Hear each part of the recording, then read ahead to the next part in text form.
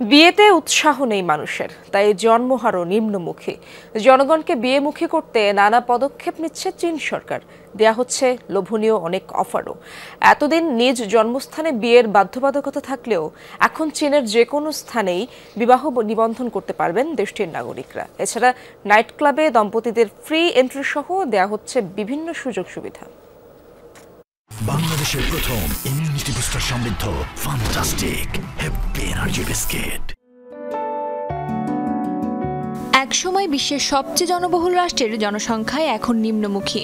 জনসংখ্যা নিয়ন্ত্রণে এক সন্তান নীতি চালু করা দেশটিতে এখন বিয়ে আর সন্তান জন্মদানেই আগ্রহ নেই সংখ্যাগরিষ্ঠ মানুষের। 2024 সালে দেশটিতে বিয়ের সংখ্যা কমেছিল 20.5%।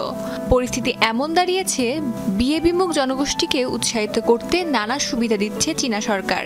পিছিয়ে নেই বেসরকারি প্রতিষ্ঠানগুলোও। মন্দিরগুলোতে থাকছে নানা থিমে বিয়ের পিঁড়িতে বসার সুযোগ। কেউ বা নিউ কাপলদের দিচ্ছে নাইট ক্লাবে ফ্রি এন্ট্রি।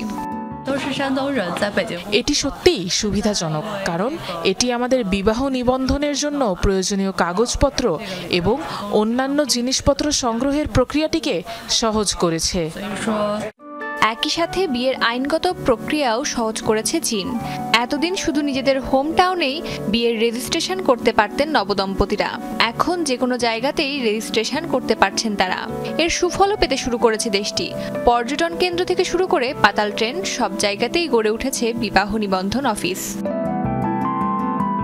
এসব উদ্যোগ এক দশকেরও বেশি সময় ধরে জন্মহারের নিম্নমুখী প্রবণতা থামাতে ভূমিকা রাখবে বলে আশাবাদী চীনের বিশেষজ্ঞরা। অস্মিতা বিশ্বাস, যমুনা নিউজ।